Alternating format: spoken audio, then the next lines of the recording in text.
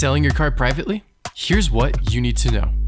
As the seller, you'll need to gather and fill out some documents. You'll need a certificate of title, an odometer statement if the car is less than 10 years old, and you might need a rebuilt from salvage disclosure if the car has sustained enough damage in the past. After you have a serious buyer, the next step is to fill out a bill of sale.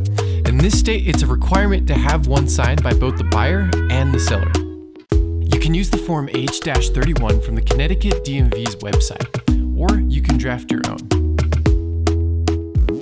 Next, you'll need to transfer the title to its new owner. You'll need to hand over the current title, have all of the previous documents filled out, and exchange payment. If you have a lost or misplaced title, you can request a replacement by filling out Form H-6B from the DMV's website.